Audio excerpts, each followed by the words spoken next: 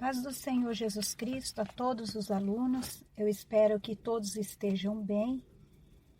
Na aula de hoje, nós vamos falar sobre autoridade sobre os filhos, né? Os pais exercendo autoridade sobre os filhos.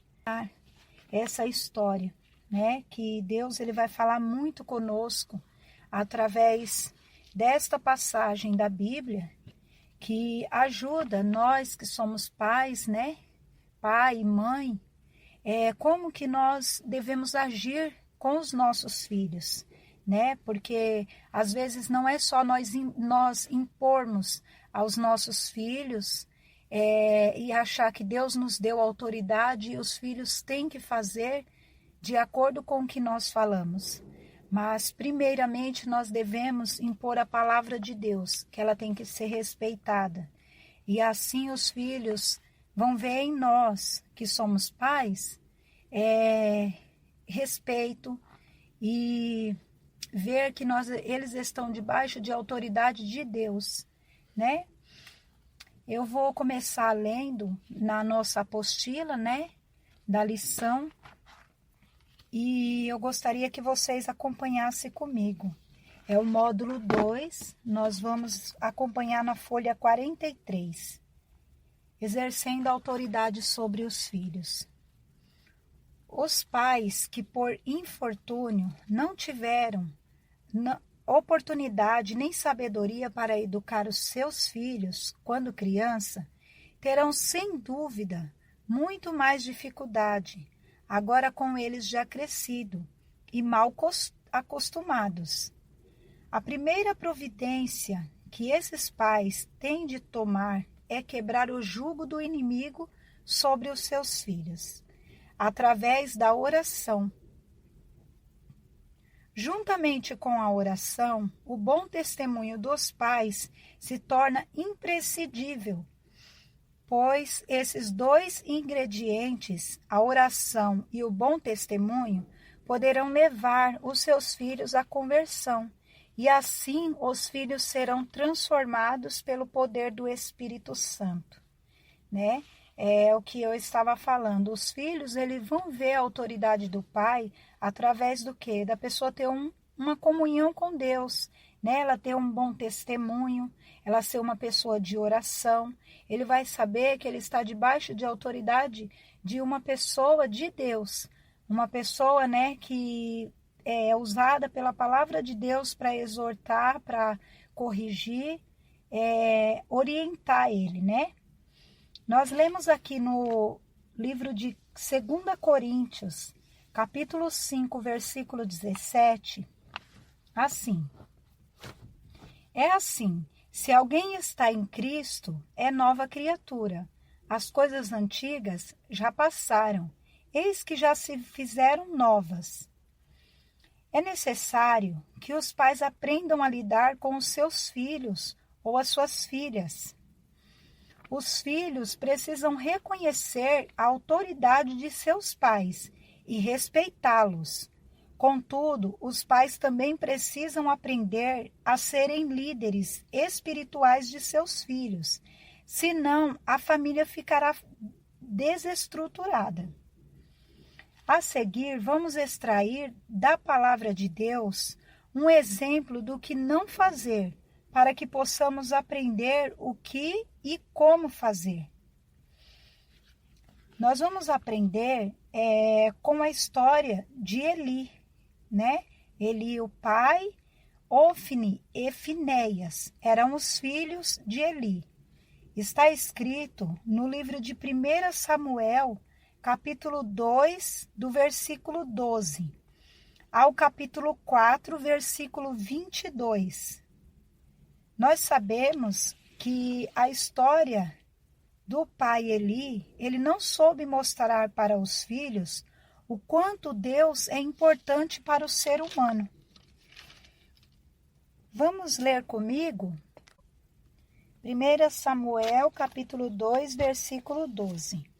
Era, porém, os filhos de Eli, filhos de Belial, e não se importavam com o Senhor. Aqui nós já vemos, né, que os filhos de Eli, ele não se importava com Deus, né? Então ele não teve uma criação debaixo da palavra de Deus. Ele não foi orientado a respeitar ao Senhor. Aqui no versículo 17, fala assim: era, pois, muito grande o pecado desses moços perante o Senhor, porquanto eles desprezavam a oferta do Senhor, né? Então nós lemos a história dos filhos de Eli e nós vemos que eles não respeitavam a palavra de Deus, eles não respeitavam os costumes que eram naquele tempo oferecido ao Senhor. Eles simplesmente ignoravam o que era para ser feito, né? Fazia tudo ao contrário. Como hoje nós vemos, né? Muitos pais não estão conseguindo lidar com a situação com os filhos, porque não foram orientados, né, a fazer o que é certo, orar, buscar ao Senhor. E hoje muitos pais têm enfrentado dificuldade com os filhos na juventude, na adolescência, né? Nesta história, um pouco mais atrás, no capítulo 1, nós vemos que Ana, ela estava no templo e ela fez oração ao Senhor e fez um voto ao Senhor, porque ela era amargurada de espírito por não ter filhos e ela pedia ao Senhor um filho. Ela disse que se o Senhor abençoasse ela com o filho, assim que o filho desmamasse, ela ia levar ao templo para servir ao Senhor. E nós vemos, né, no capítulo 1, versículo 19, que o Samuel nasceu. E quando Samuel nasceu, ela levou até o templo. O profeta Samuel, ele cresceu na casa de Eli, debaixo dos cuidados de Eli, mas debaixo da autoridade de Deus, né? Quando Eli, ele já estava velho em idade e ele estava vendo tudo o que os filhos faziam. Ele foi repreender os filhos. Por que eles faziam tal coisas, né? Perante ao Senhor, ao povo, né? Só que os filhos já não davam mais ouvido. Por quê? Porque tinha se passado muito tempo. A palavra de Deus fala que nós devemos ensinar os nossos filhos desde pequeno, né? Para quando ele crescer, ele não se desviar do caminho do Senhor. E aqui o profeta Eli repreender os filhos já estavam já grandes, bem crescidos, eles já tinham manias, costumes, que era difícil de tirar. Mas o jovem Samuel, ele crescia em estatura e no favor do Senhor e no favor dos homens. Nós vemos que veio uma profecia contra a casa de Eli, né? Veio um homem de Deus e disse a Eli, por que ele nunca fez o que o Senhor tinha falado?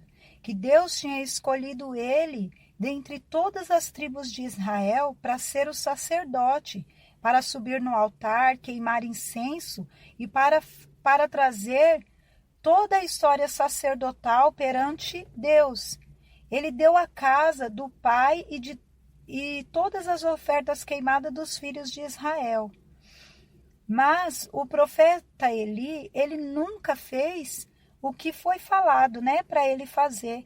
Portanto, o Senhor, ele disse assim, na verdade, dissera eu que a tua casa e a casa de teu pai andariam diante de mim perpetuamente.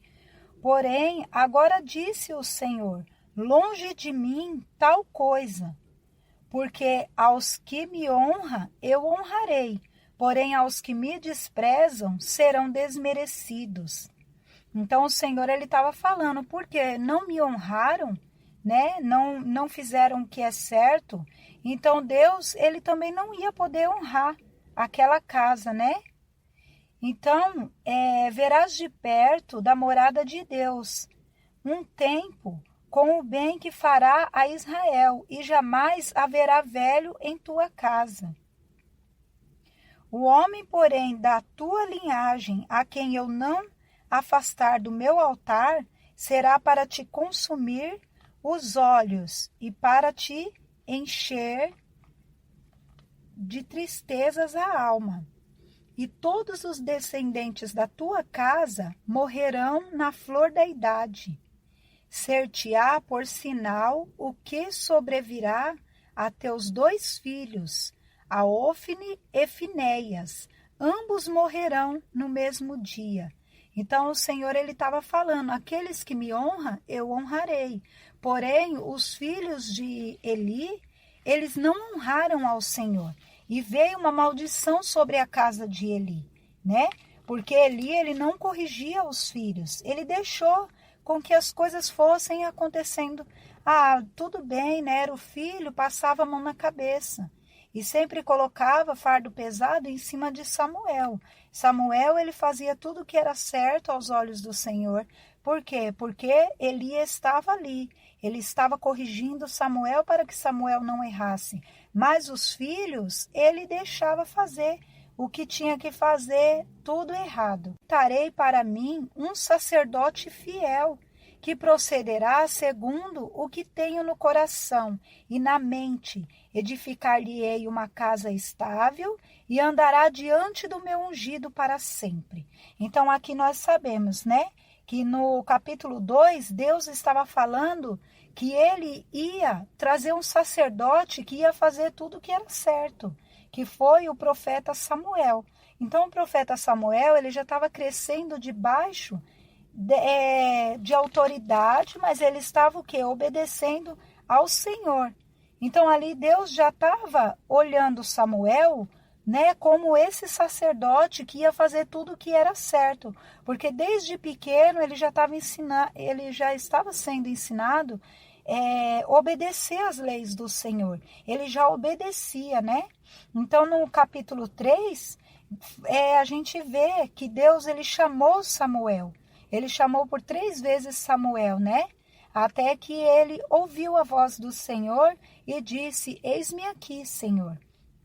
Então nós vemos que a casa de Samuel, de Eli, foi destruída por falta de sabedoria, por falta do quê? Dele ter autoridade sobre os filhos, né? Porque os filhos estavam fazendo o que era errado. Ele sabia, ele não corrigiu.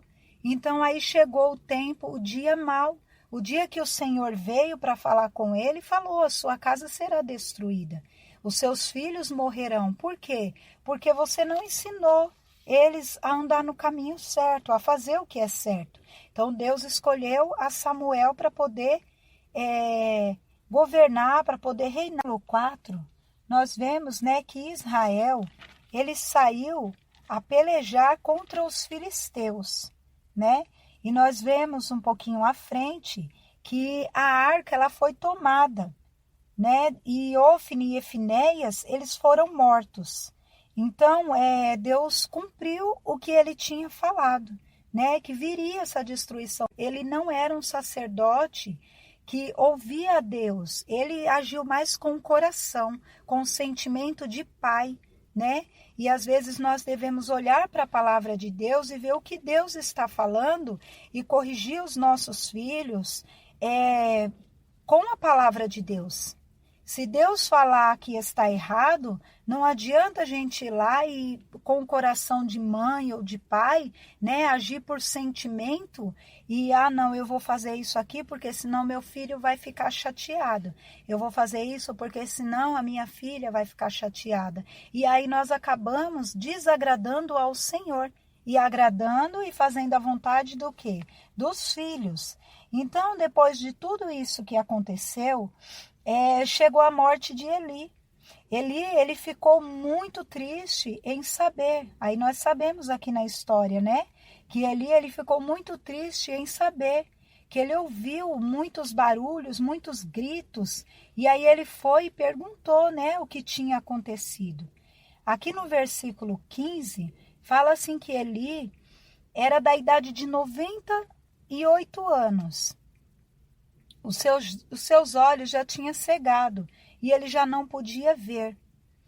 Então, disse o homem a Eli: eu sou o que saí das fileiras e delas fugi, hoje mesmo. Perguntou-lhe Eli: Que sucedeu, meus filhos? Então respondeu o que trazia as novas e disse: Israel fugiu de diante dos filisteus. Houve um grande morticínio entre o povo, e também os teus 2 filhos, Ofne e Finéias, foram mortos, e a arca de Deus foi tomada. Então aqui eles trouxeram a notícia para Eli, a notícia que Eli não queria ouvir, né? Ele ficou muito triste, né? Em saber que a arca foi tomada, a arca de Deus, né?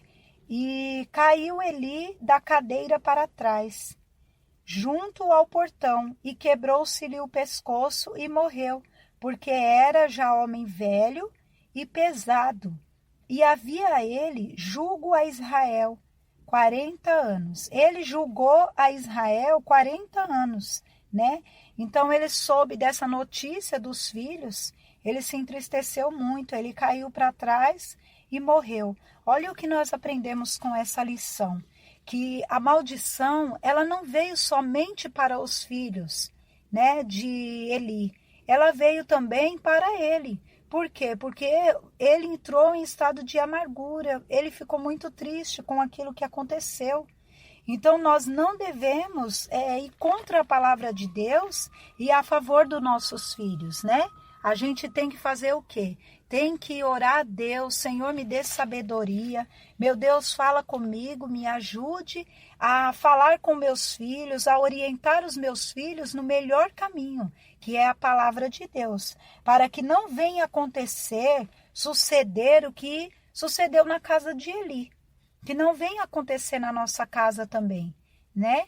Então nós temos que pedir ao Senhor sabedoria.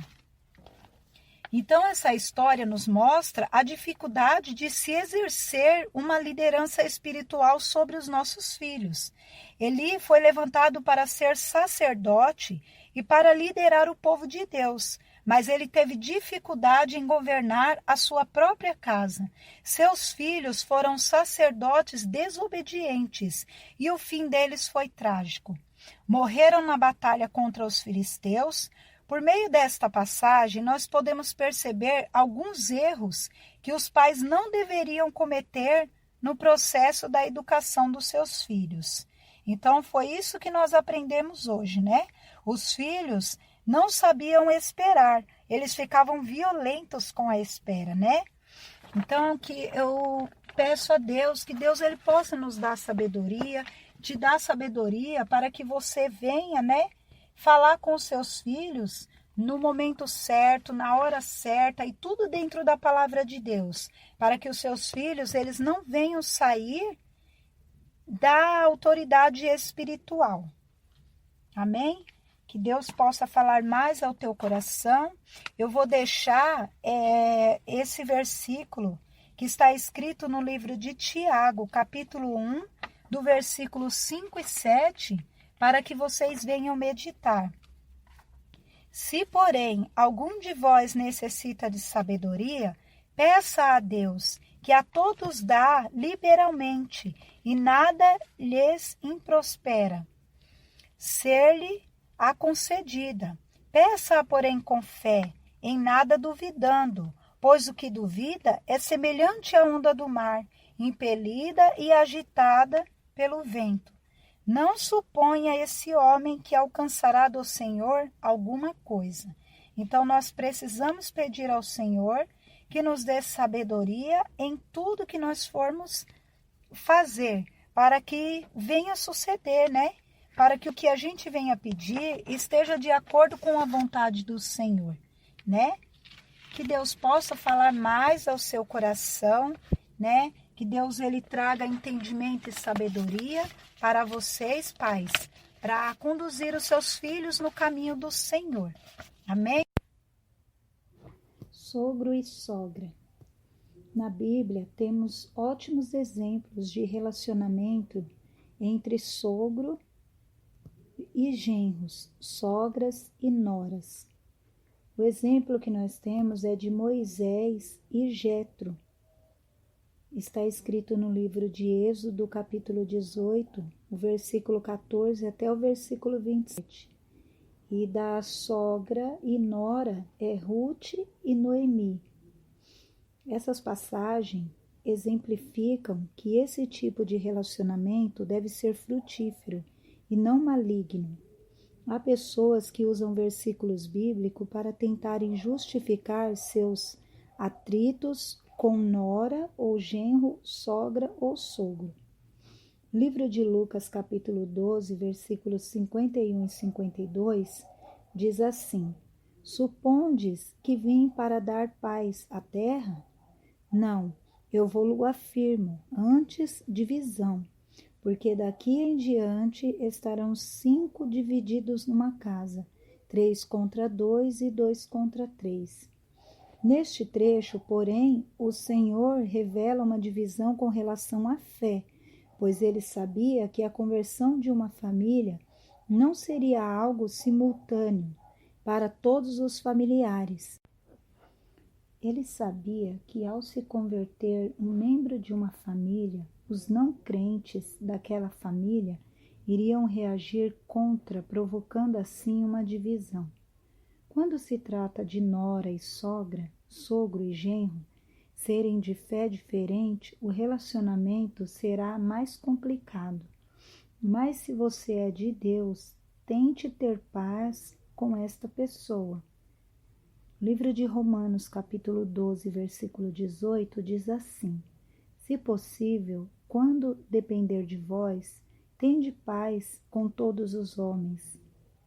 Em se tratando de noras, genros e sogras e sogros cristãos, é muito importante a preservação da união, pois essa união pode produzir ótimos frutos, como nos casos de Moisés e Jetro, Ruth e Noemi.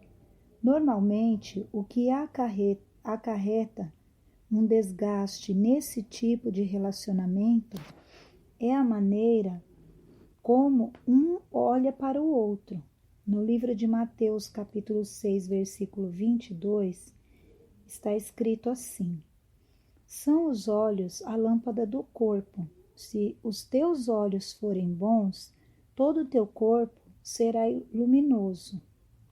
Se toda sogra olhasse para sua nora ou genro com o mesmo amor com que olha para os seus filhos e filhas, netos, e toda nora ou genro olhasse para sua sogra ou sogro com o mesmo amor e respeito com que olha para sua mãe ou pai, com certeza não existiria crise nesse tipo de relacionamento.